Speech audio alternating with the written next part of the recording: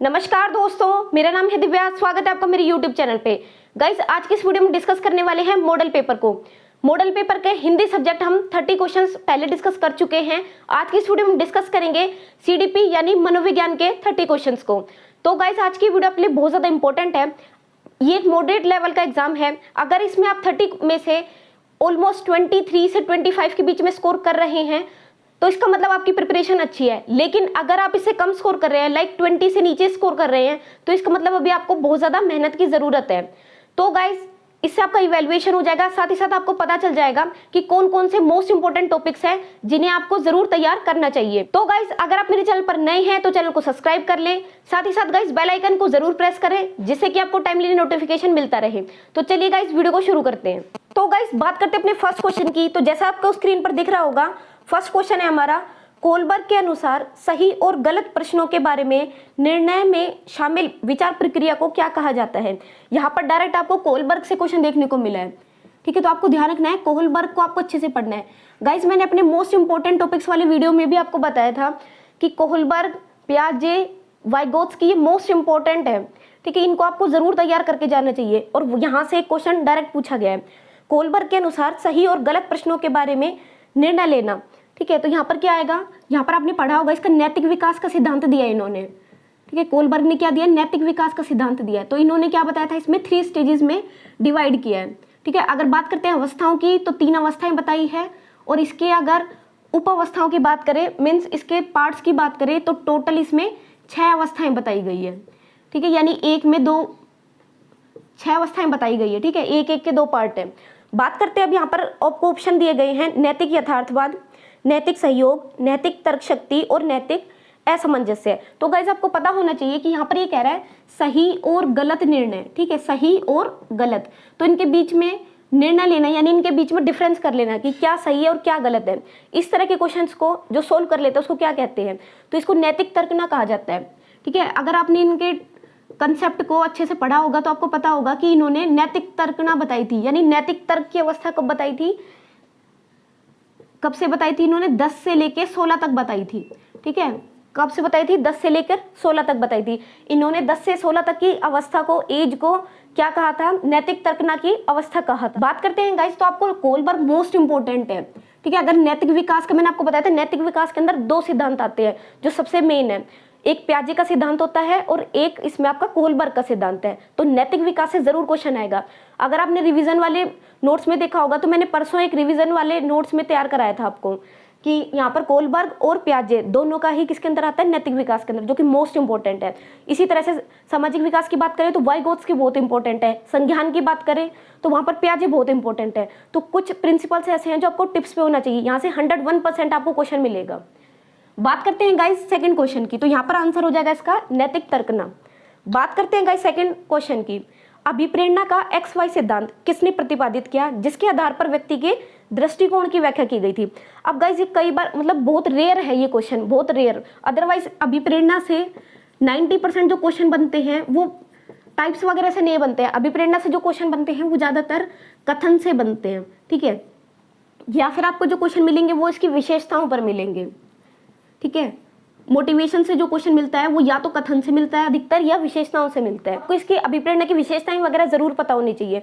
लेकिन यहाँ क्वेश्चन पूछा है आपके सिद्धांत से, यानी उसके टाइप से पूछा है। XY जो प्रिंसिपल है हमारा अभिप्रेरणा का, वो किसने दिया था, किसने प्रतिपादित किया, ये इस क्वेश्चन में पूछा गया है। तो गाइस, यहाँ पर 4 ऑप्शन है आपके पास, मैकग्रेगर, एडलर, होलैंड और जर्शिल्ड। तो यहाँ आपको ध्यान रखना है कि XY प्रिंसिपल जो है वो किसने दिया था, मैकग्रेगर ने दिया था। ठीक है, मैकग्रेगर, इनका प्रिंसिपल काफी इंपॉर्टेंट है इसलिए पूछ लिया गया है। मैकग्रेगर ने दिया था XY प्रिंसिपल। अब यहाँ पर आपको ध्यान रखना है, अभिप्रेरणा के अंदर एक प्रिंसिपल है जो बहुत ज्यादा इंपॉर्टेंट है। ठीक है, यहाँ पर कौन सा प्रिंसिपल है, यहाँ पर आपका आवश्यकता वाला प्रिंसिपल है। ठीक है, आवश्यकता प्रिंसिपल आपको जरूर पता होना चाहिए, जिसमें इसने 5 आवश्यकताएं बताई हुई है। तो मैस्लो ने क्या बताया था, 5 आवश्यकताएं बताई थी, आपने पढ़ा भी होगा। ठीक है, 2 उसने कौन सी बताई थी, जो बेसिक होती है, शारीरिक आवश्यकता होती है, सुरक्षा की होती है, और लास्ट में क्या होता है, आत्मसिद्धि होती है। तो ये 3 तो जरूर ध्यान रखनी है। तो इसमें यहीं से इसको कनेक्ट किया गया है। एक्स प्रिंसिपल के अंदर इन्होंने क्या बताया था, मैकग्रेगर ने क्या बताया था एक्स के अंदर, कि इसके अंदर व्यक्ति जो होता है वो नकारात्मक होता है, यानी नेगेटिव होता है, आलस से भरा होता है, डीमोटिवेटेड होता है। ठीक है, उसका एम क्या है, सिर्फ अपना शारीरिक और सुरक्षा, ठीक है, शारीरिक और सुरक्षा, दो चीजों को ध्यान रखना है। लेकिन यहाँ पर जो वाई है वो बिल्कुल इसके अपोजिट होता है। वाई दृष्टिकोण वाले व्यक्ति क्या होते हैं, मेहनती होते हैं, हार्ड वर्किंग होते हैं, मोटिवेटेड होते हैं, ठीक है, जो यानी अपनी लाइफ में कुछ अचीव करना चाहते हैं, सामाजिक प्रतिष्ठा पाना चाहते हैं, यानी ये लास्ट तक कहाँ तक जाते हैं, आत्मसिद्धि तक जाते हैं। इनका एम कहाँ तक होता है, आत्मसिद्धि होता है, ठीक। और इनका एम क्या होता है, शारीरिक आवश्यकताएं पूरी करना और सुरक्षा की आवश्यकताओं को पूरी करना। तो इस तरह से आपको ध्यान रखना है, इंपॉर्टेंट है इसलिए मैंने पूरा एक्सप्लेन कर दिया है। अभिप्रेरणा के अंदर दो चीजें ज्यादा इंपॉर्टेंट है, कथन से पूछा जाता है और विशेषताओं से पूछा जाता है। बात करें प्रिंसिपल की, तो यहाँ पर आवश्यकता अनुकूलन जो प्रिंसिपल होता है, मीन्स इसमें जो मैस्लो का प्रिंसिपल होता है वो सबसे ज्यादा इंपॉर्टेंट होता है। वहां से लगभग एक आवश्यकता से जरूर क्वेश्चन या किसी एग्जाम्पल को उठा के वहां पर डाला जा सकता है। तो आपको ध्यान रखना है, मैस्लो प्रिंसिपल बहुत इंपॉर्टेंट है। और मैग्रेगर का प्रिंसिपल है, ये भी इंपॉर्टेंट है, छोटा सा प्रिंसिपल है। इन्होंने दो तरह से दृष्टिकोण को डिवाइड किया था, एक एक्स और एक वाई, दो फैक्टर होते हैं। एक्स फैक्टर क्या होता है, नकारात्मक होता है, नेगेटिव होता है। वाई फैक्टर क्या होता है, पॉजिटिव होता है। इतना ध्यान रखना है। तो इनका तो एम क्या होता है, शारीरिक और सुरक्षा, और इनका एम क्या होता है, आत्मसिद्धि। ये दोनों ध्यान रखने हैं आपको। थर्ड क्वेश्चन है गाइस, यहाँ पर कौन सा प्रदत्त कार्य प्रतिभाशाली विद्यार्थियों के लिए उपयुक्त है। यहाँ पर क्या है, चार ऑप्शन दिए। यहाँ पर सीधा सीधा क्वेश्चन आपसे प्रतिभाशाली विद्यार्थियों से पूछा गया है। अब मैंने आपको, अगर आपने इंपॉर्टेंट टॉपिक्स वाली वीडियो देखी होगी, मैंने आपको वहां भी बताया था, ठीक है, कि यहाँ पर जो विशिष्ट बालक होते हैं, विशिष्ट बालक से तीन तरह के क्वेश्चन पूछे जाएंगे। या तो क्वेश्चन बनेगा यहाँ पर आपका पिछड़े बालक से, ठीक है, या क्वेश्चन बनेगा यहाँ पर मंद बुद्धि से, या क्वेश्चन बनेगा यहाँ पर प्रतिभाशाली से। यहाँ पर तीन कैटेगरी से ही मैक्सिमम क्वेश्चन बनते हैं। तो ये आपको जरूर ध्यान रखना है। इन तीनों को तो डीपली और अच्छे से पढ़ के जाइएगा, क्योंकि यहाँ पर अब डायरेक्ट क्वेश्चन आपको किससे मिला है, प्रतिभाशाली व्यक्तियों की विशेषताओं से। तो यहाँ पर आपको ध्यान रखना है, प्रतिभाशाली क्या क्या विशेषताएं होती है वो आपको पढ़ के जानी जरूरी है। वहीं से डायरेक्ट क्वेश्चन बना है। फर्स्ट ऑप्शन है, अन्य विद्यार्थियों की तुलना में समान प्रकार के परंतु अपेक्षाकृत अधिक अभ्यास करना। तो यहाँ पर ये कुछ ज़्यादा सुटेबल बैठता नहीं है, क्योंकि यहाँ पर कह रहे हैं कि उससे ज़्यादा प्रैक्टिस करना। तो ये उसका विशेषता हो सकती है, बट ज़्यादा महत्व नहीं रखती है। सेकंड क्या है, उसे अपने समवयस्क साथियों के अनुशिक्षण देने के लिए कहना, ताकि उसकी शक्तियों को दिशा मिले और वह व्यस्त रहे। तो गाइस आप हमेशा ऑप्शन में ध्यान रखिएगा कि जिसका आंसर पॉजिटिव निकलता है वही आपको कंसीडर करके चलना है, जिसका आंसर पॉजिटिव निकलता है, ठीक है। तो इसका मीनिंग क्या है, पॉजिटिव ही निकल रहा है, क्योंकि यहाँ पर ये कह रहा है कि अपने साथ वालों को गाइडेंस देना, उनको हेल्प करना, ठीक है। तो ये ताकि उसको क्या है, प्रतिभाशाली जो विद्यार्थी है उसको भी एक सही दिशा मिल सके, यानी उसकी नॉलेज को हम यूटिलाइज कर पा रहे हैं, ठीक है। तो यहाँ पर यही आंसर सबसे बेस्ट है। थर्ड फिर भी पढ़ लेते हैं। विभिन्न विषयों को ध्यान में रखते हुए विज्ञान की एक नई आदर्शात्मक पुस्तक का निर्माण करना। ये इतना छोटी स्टेज में ज़्यादा इंपॉर्टेंट नहीं है, ठीक है, ये चीज़ें पॉसिबल भी नहीं है। फोर्थ है, संपूर्ण कक्षा की अपेक्षा उसे अधिक पाठ्यपुस्तक को शीघ्र समाप्त कर देना। तो ये तो पॉसिबल ही नहीं है, ये गलत है, नेगेटिव आंसर है। तो इसमें सबसे पॉजिटिव आंसर क्या है, सेकंड, क्योंकि हमें पता है कि प्रतिभाशाली की विशेषता ही क्या होती है कि उसकी नॉलेज को, क्योंकि वो उसकी नॉलेज और एवरेज बच्चों से ज़्यादा है, तो उसकी नॉलेज को सही यूटिलाइज करना। तो यही इसका आंसर है। बात करते हैं फोर्थ क्वेश्चन की। एक बच्चे की वास्तविक आयु 12 वर्ष है। अब यहाँ से ये भी मैंने आपको बताया था कि मानसिक आयु वाले क्वेश्चन से एक इसका आंसर निकालने वाला आ जाएगा। यानी आईक्यू में दो तीन तरह के ही क्वेश्चन बनते हैं। या तो इसमें आपको आईक्यू फाइंड करने के लिए कहा जाता है, यानी आईक्यू निकालने के लिए कहा जाता है। सेकंड, इसके अंदर आपसे पूछा जा सकता है, जैसे कोई विद्यार्थी है, ठीक है, उसकी जो मानसिक आयु है इतनी है या इसकी आईक्यू इतनी है, तो ये कौन से टेबल के अंदर बैठता है, ठीक है, मतलब कौन सी तालिका के अंदर बैठता है, किस तरह का विद्यार्थी है, मंद बुद्धि है, एवरेज है। जैसे उसकी अगर आईक्यू 90 है तो वो किसके अंदर आएगा, पिछड़े बच्चे में आएगा, औसत में आएगा, सृजनात्मक में आएगा, तो वो औसत में आता है, ठीक है। तो इस तरह से आपको ये टेबल जरूर ध्यान करके जाना। टर्मन की ये टेबल है, इसको आपको टिप्स पे रख के जाना है, जिससे आपके दोनों तीनों तरह के क्वेश्चन सोल्व हो जाएंगे। साथ ही साथ आईक्यू में कई बार क्वेश्चन ये भी पूछ लिया जाता है कि बुद्धि लब्धि का प्रतिपादन किसने किया था, तो या बुद्धि शब्द को किसने दिया था। तो ये 4-5 फैक्ट है, ये पढ़ के जाने हैं। तो यहाँ आपको डायरेक्ट क्वेश्चन मिला, बिल्कुल ईजी क्वेश्चन है। बच्चे की वास्तविक आयु, यानी वास्तविक आयु क्या है, वास्तविक आयु है, ठीक है, जिसको आप सीए बोलते हैं, वास्तविक आयु क्या है, 12 है, 12 साल है, ठीक है। और परीक्षण करता है, उसके बराबर परीक्षण करता है, यानी उसकी जो मानसिक आयु है वो कितनी है, ठीक है। ये क्वेश्चन आपको समझने वाला है कि उसके बराबर परीक्षण करता है, ठीक है। 15 साल के बच्चे के बराबर परीक्षण करा, यानी कि वास्तविक आयु तो 12 साल है, लेकिन वो 15 साल के बच्चे वाला क्वेश्चन भी सोल्व कर पा रहा है, ठीक है। तो इसका मतलब क्या है, उसकी मानसिक आयु ज्यादा है, अधिक है। तो मानसिक आयु कितनी है इसकी, 15 वर्ष हो गई, ठीक है। अब क्या निकालना है आपको, आईक्यू फाइंड आउट करना है, बुद्धि लब्धि फाइंड आउट करना है। तो इसका फॉर्मूला आपको पता होना चाहिए। गाइस यहाँ पर दो चीजें बनती है, एक बनती है आईक्यू और एक बनता है ईक्यू, ठीक है, इमोशनल क्यों, इमोशनल, ठीक है। एक संवेगात्मक बुद्धि लब्धि होती है और एक होती है बुद्धि लब्धि और एक होती है संवेगात्मक, ठीक है, संवेगात्मक बुद्धि लब्धि। तो इस तरह के दोनों को पढ़ के जाना, दोनों का फॉर्मूला अलग अलग होता है। तो यहाँ पर बात करेंगे हम 12, ठीक है। यहाँ पर हो गई आपकी, यहाँ पर हो गई मानसिक आयु यानी 15 बटे वास्तविक आयु यानी हो गई 12 और इंटू में 100।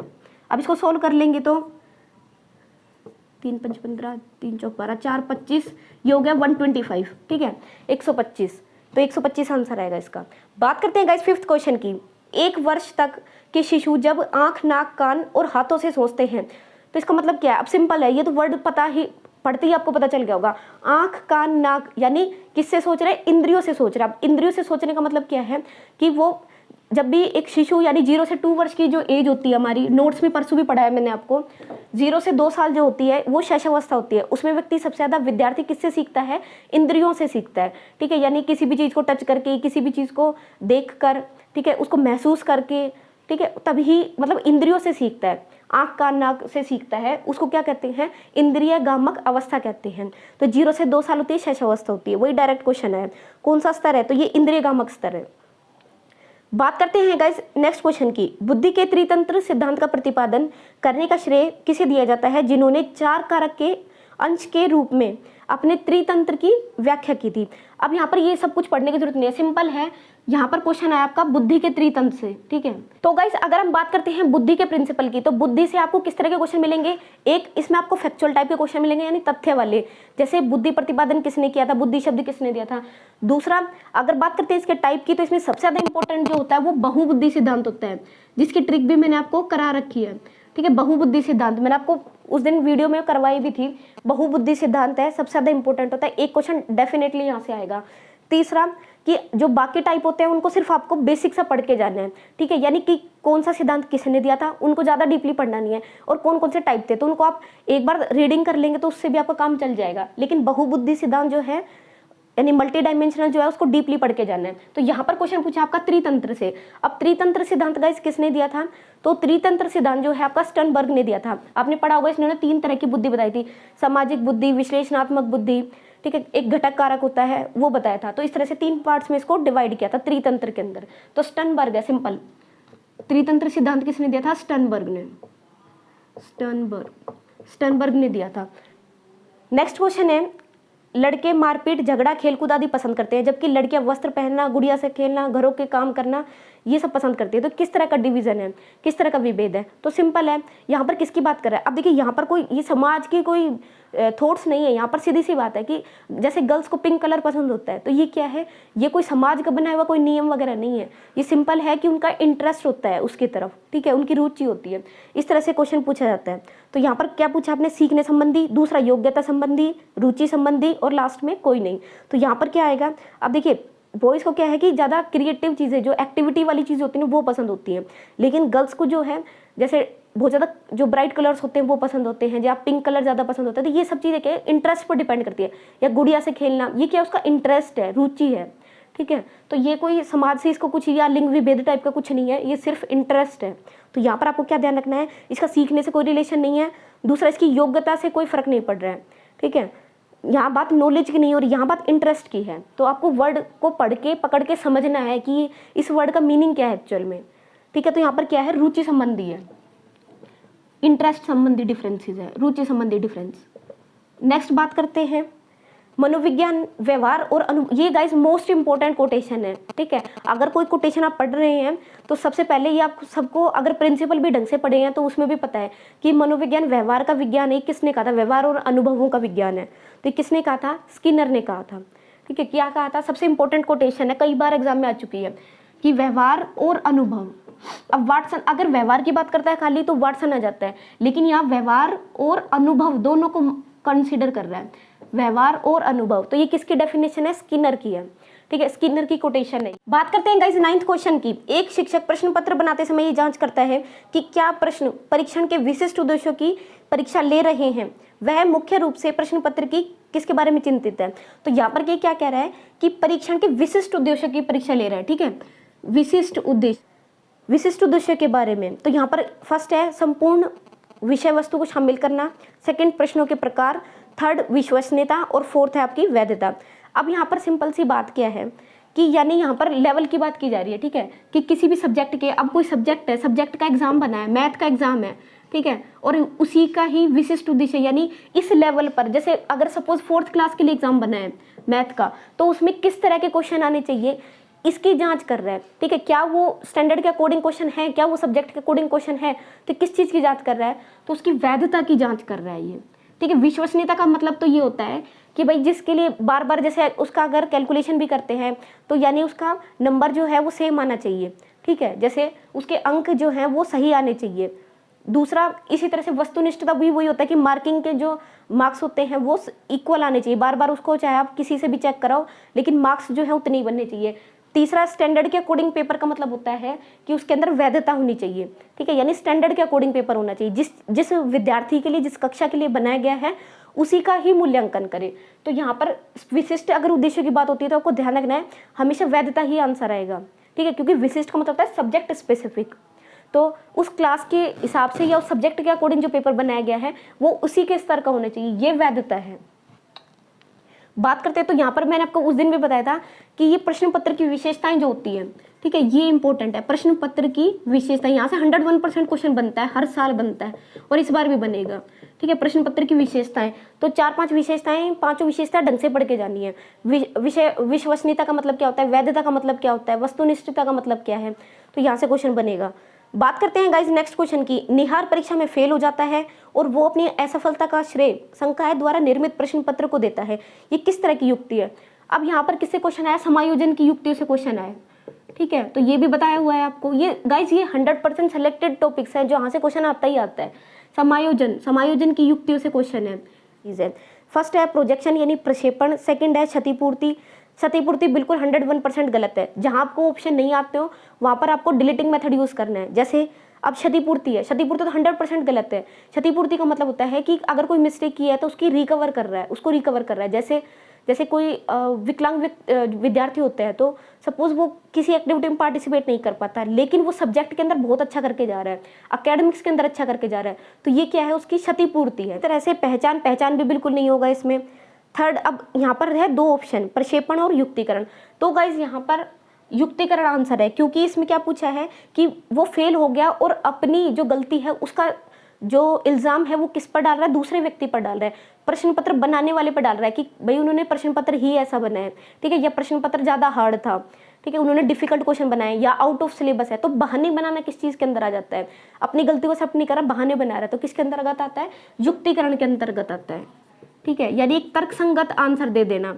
युक्तिकरण का मतलब क्या होता है, एक तर्कसंगत जवाब दे देता है कि नहीं इसमें paper he out of syllabus है। नेक्स्ट क्वेश्चन है गाइस, यहाँ पर भाषा सीखने के प्रतिफलों को संज्ञानात्मक कठिनाई वाले बच्चों हेतु किया जा सकता है। यहाँ पर ये क्या कह रहा है, सीखने के प्रतिफल को संज्ञानात्मक कठिनाई, यानी कि यहाँ पर बात कर रहा है संज्ञान की, यानी मानसिक स्थितियों की बात कर रहा है कि अगर किसी चीज को, किसी व्यक्ति को पढ़ने के अंदर यानी संज्ञान के अंदर समझने के अंदर दिक्कत आ रही है, ठीक है, प्रॉब्लम आ रही है, तो उसका क्या सोल्यूशन है। फर्स्ट इसमें क्या है, तो उसका प्रतिफल सीखने के प्रतिफल टॉपिक से क्वेश्चन आया है, ठीक है, सीखने के प्रतिफल से क्वेश्चन है ये।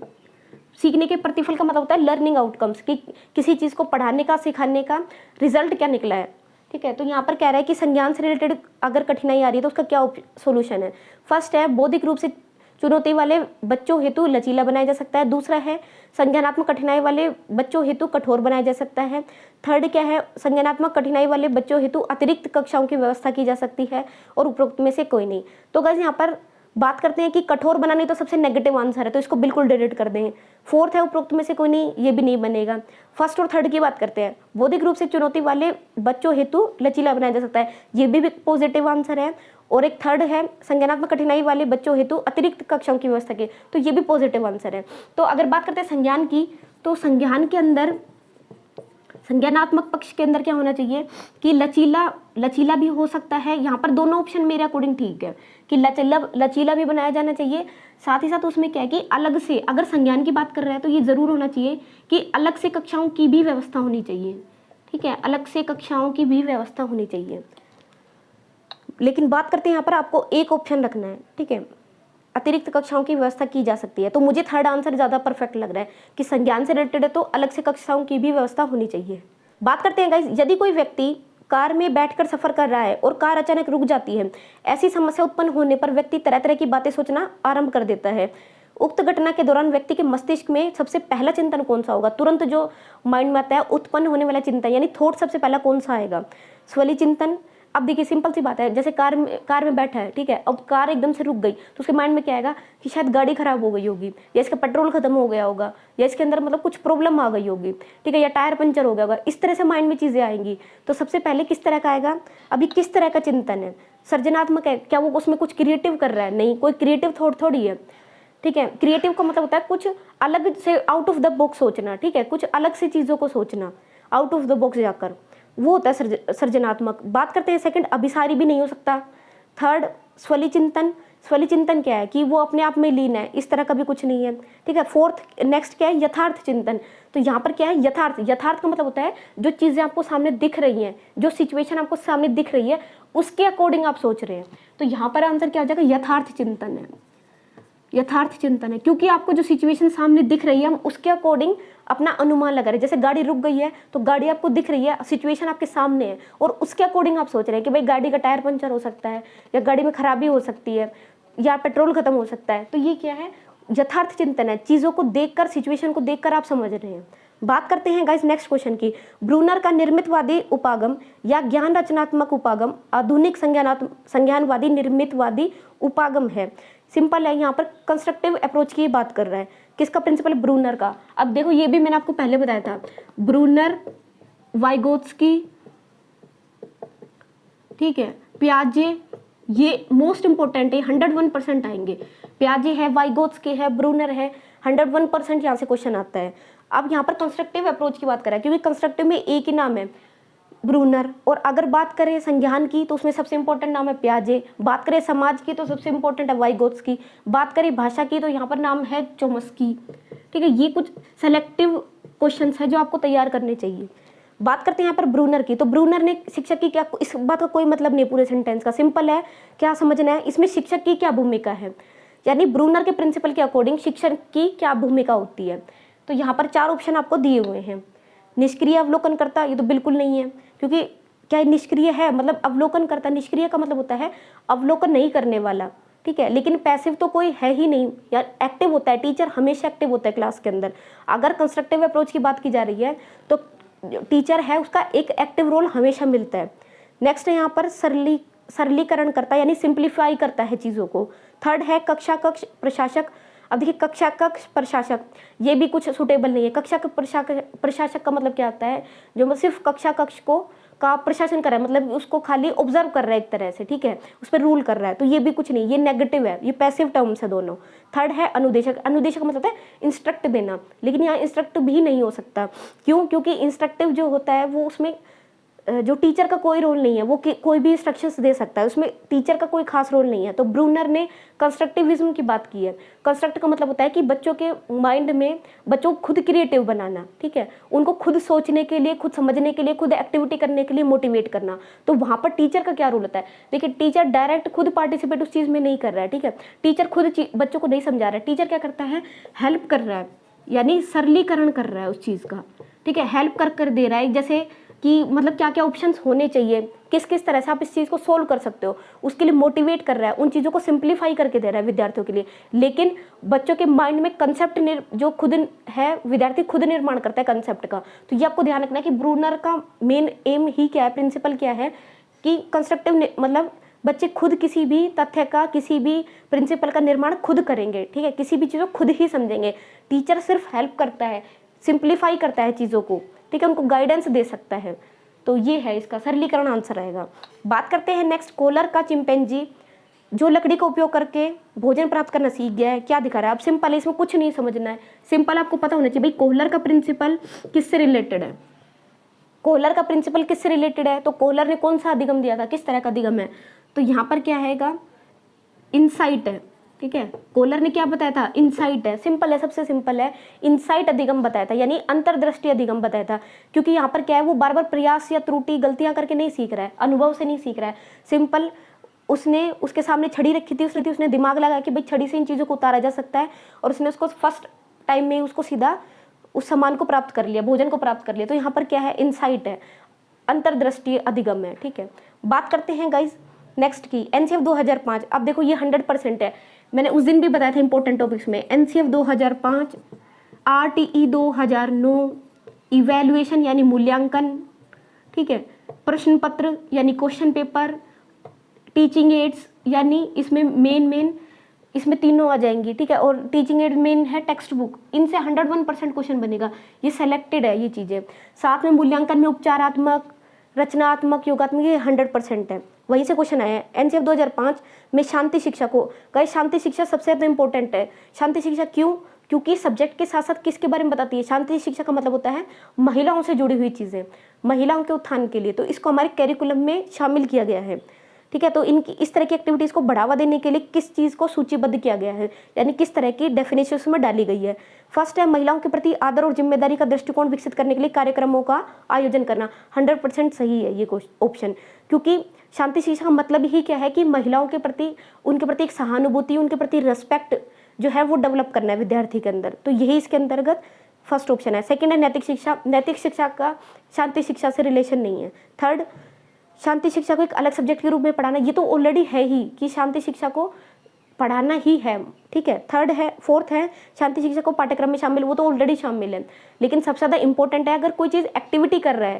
ठीक है, शांति शिक्षा तो ऑलरेडी शामिल है, ये कह रहा है कि शांति शिक्षा को बढ़ावा देने के लिए, उसको मोटिवेट करने के लिए क्या क्या एक्टिविटी है, तो इसके लिए क्या क्या एक्टिविटी है कि उनके प्रति एक दृष्टिकोण पैदा करना है, आदर का यानी रेस्पेक्ट का।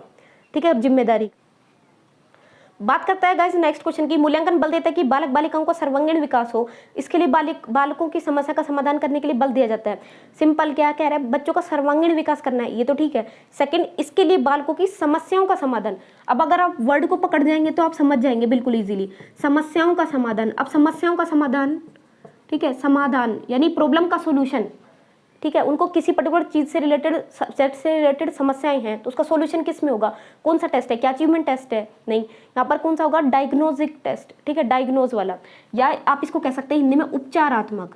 ठीक है, निदानात्मक और उपचारात्मक। अब निदानात्मक और उपचारात्मक में क्या डिफरेंस है?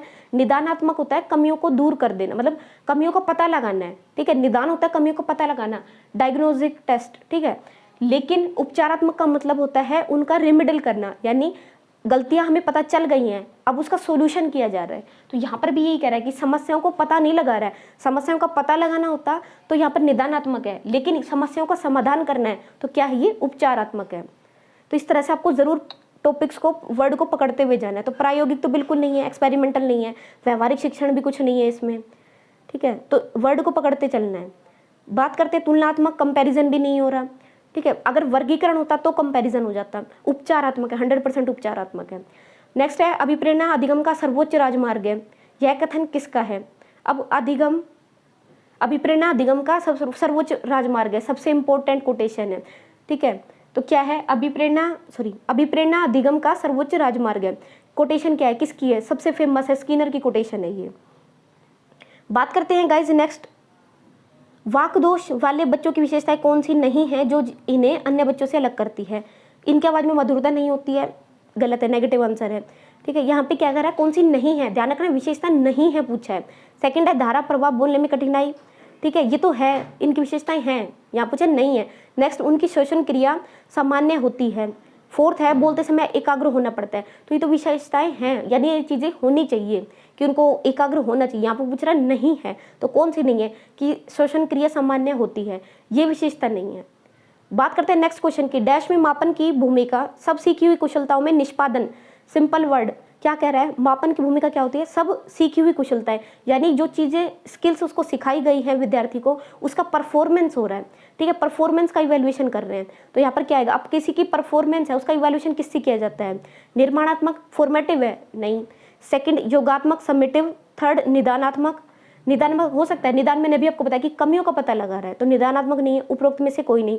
सेकंड क्या है, योगात्मक, तो योगात्मक आंसर है, क्योंकि समेटिव का जो मतलब होता है, देखिए फॉर्मेटिव का मतलब होता है कि बार बार हम उसकी कमियों का उसके थ्रू पता लगाते जाते हैं और धीरे धीरे पूरे साल तक हम उसके जो प्रॉब्लम्स हैं उनका सोल्यूशन करते हैं, ठीक है। तो कमियों का पता चलाना और उनका उपचार कर रहे हैं, दोनों किसी के पार्ट हो जाते हैं, मतलब निर्माण के हो जाते हैं, ठीक है, जिसको हम यूनिट टेस्ट वगैरह कहते हैं। तो उससे हम सिर्फ गलतियों वगैरह को पता लगाते हैं कि कितना इसने क्या क्या चीज़ों में कमी है जिसको सिखानी चाहिए। लेकिन योगात्मक जो होता है, समेटिव असेसमेंट, वो होता है पूरा इवेल्युएशन, जिसको आप अचीवमेंट टेस्ट भी कह सकते हैं, एक तरह से अचीवमेंट का ही पार्ट कह सकते हैं, ठीक है। तो यहाँ पर इसका पूरा कि इसने क्या सीखा है पूरे साल के अंदर या पूरे 6 महीनों में इसने क्या सीखा है उसका पता चलाना है।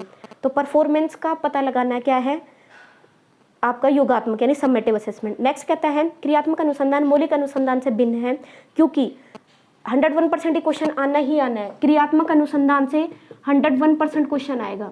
क्रियात्मक अनुसंधान, मैंने आपको उस दिन बताया था, क्रियात्मक अनुसंधान और मौलिक अनुसंधान, इनका डिफरेंस जरूर पढ़ के जाना है। 8 से 9 डिफरेंस है और इन्हीं से क्वेश्चन बनेगा।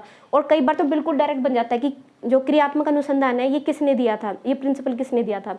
और कई बार इसमें क्या होता है, इनके डिफरेंस से क्वेश्चन बनता है। तो 8 से 9 डिफरेंस है जो मेन है, उन्हीं को पढ़ के जाना है। तो यहाँ भी वहीं से डायरेक्ट क्वेश्चन पूछा है, इनका डिफरेंस ही पूछा है। क्रियात्मक अनुसंधान मौलिक अनुसंधान से भिन्न है, क्योंकि इसमें क्या होता है, उद्देश्य नए सिद्धांतों की खोज करना है, नहीं। मौलिक अनुसंधान का मतलब होता है नए उद्देश्य खोज करना। क्रियात्मक का तो मतलब क्या है कि उसको छोटी छोटी जो चीज़ें रह जाती है स्कूल के अंदर उनको सॉल्यूशन किया जाता है, ठीक है। कोई नए सिद्धांत की खोज नहीं करना है, जो चीज़ें चल रही हैं उनके अंदर चेंजेस करना होता है। नेक्स्ट है अनुसंधान की रूपरेखा परिवर्तन नहीं की जा सकती, गलत है। हमेशा अनुसंधान की जो रूपरेखा है इसके अंदर चेंजेस की जा सकती हैं, क्योंकि टाइमली चीज़ें चेंज होती रहती है, उसके अकॉर्डिंग इसमें परिवर्तन किया जाता है। नेक्स्ट है इसमें अनुसंधानकर्ता विशेषज्ञ होता है, नहीं। मौलिक के अंदर अनुसंधानकर्ता विशेषज्ञ होता है। फोर्थ है इसमें अनुसंधानकर्ता शिक्षक निरीक्षक संस्था प्रधान शिक्षण कार्यक्रमों से जुड़े हुए लोगों द्वारा किया जाता है, ये बिल्कुल सही आंसर है, ठीक है। क्योंकि ध्यान रखना क्रियात्मक किस लेवल पे होता है, विद्या लेवल पे होता है, और मौलिक अनुसंधान जो है वो पूरा साइंटिफिक एक अनुसंधान है, ठीक है, जो वैज्ञानिक वगैरह करते हैं। बात करते हैं नेक्स्ट, RT 2009 की धारा के तहत प्रत्येक विद्यालय अपने विद्यालय की प्रारंभिक कक्षा यानी क्लास 1 के अंदर निःशुल्क प्रवेश देगा। ये किसके अंदर, कौन सी धारा से जुड़ा है, तो मैंने उस दिन भी बताया था RT 2009 से क्वेश्चन बनेगा तो सीधा धाराओं से बनेगा, और वो भी 12 से 30 वाली जो धाराएं होती है वहां से बनेगा, क्योंकि 12 से 30 वाली जो धाराएं होती हैं वो विद्यालय शिक्षक और जो स्टूडेंट है उससे जुड़ी हुई है, ठीक है। तो यहाँ पर आपको ये पढ़नी है। तो गाइस ऑप्शन है धारा 15, धारा 16, धारा 12 और धारा 11। तो यहाँ पर क्या आ जाएगा इसका आंसर, धारा 12, ठीक है। बात करते हैं नेक्स्ट, एक बालक जो गणित के अतिरिक्त अन्य सभी विषयों में सामान्य है जबकि गणित में बहुत निम्न उपलब्धि रखता है, ऐसे बच्चों को किस तरह की श्रेणी में रखा जाएगा। पिछड़े बालक, मंदबुद्धि, औसत और मनस्ताप। देखिए यहाँ पर क्या कह रहा है कि बाकी सब सब्जेक्ट में सामान्य है लेकिन मैथ में थोड़ा सा पीछे रह जाता है। तो यहाँ पर ये किस तरह का बच्चा है, पिछड़े बालक है, मंदबुद्धि होता है जो किसी भी चीज़ में एक्टिविटी में पार्टिसिपेट नहीं कर पा रहा है, हर सब्जेक्ट में वीक है, सीख ही नहीं पा रहा है। थर्ड है औसत होता है जो हर सब्जेक्ट में सामान्य है। नेक्स्ट मनस्ताप, ये तो है ही नहीं इसमें कुछ भी, ठीक है, तो यानी जिसमें मेंटल डिफिशिएंसी वगैरह होती है वो मनस्ताप है। फर्स्ट क्या है, पिछड़े बालक, तो पिछड़े बालक है क्योंकि वो पर्टिकुलर सब्जेक्ट में पिछड़ा हुआ है, ठीक है, सब्जेक्ट में गलतियां कर रहा है ना कि सभी में, ओवरऑल वो सामान्य है। तो यहाँ पर आपको ध्यान रखना है औसत नहीं होगा क्योंकि सभी में सामान्य होना चाहिए, लेकिन वो एक सब्जेक्ट में पीछे है, तो इसका मतलब क्या है, पर्टिकुलर सब्जेक्ट की अगर हम बात करें तो वो पिछड़ा बालक है उस सब्जेक्ट के अंदर। बात करते हैं नेक्स्ट, उपलब्धि परीक्षण के दौरान प्रश्न पत्र का निर्माण करने के लिए, उस दिन में मैंने आपको बताया था कि परीक्षण का निर्माण यहाँ से 100% क्वेश्चन बनेगा। हिंदी में भी बताया था मैंने आपको कि परीक्षण का निर्माण से क्वेश्चन बनेगा। निर्माण के अंदर जो 5 स्टेप होते हैं हमेशा इनसे क्वेश्चन आता है, ठीक है, 5 स्टेप होते हैं, 5 आपको पता होना चाहिए, मतलब उसका सीक्वेंस याद करना है। अब उसको रटो या समझो या जो भी करो, लेकिन ये आपको 5 स्टेप याद होने चाहिए।